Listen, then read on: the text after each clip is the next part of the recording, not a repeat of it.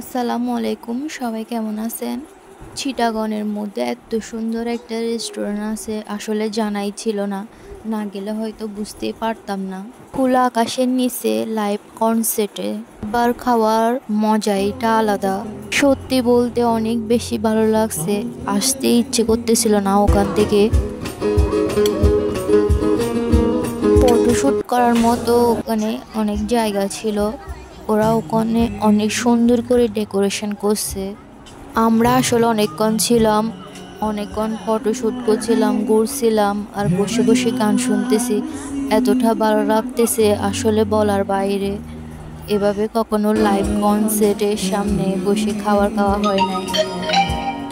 ছেলেটার কণ্ঠ অনেক বেশি সুন্দর ছিল।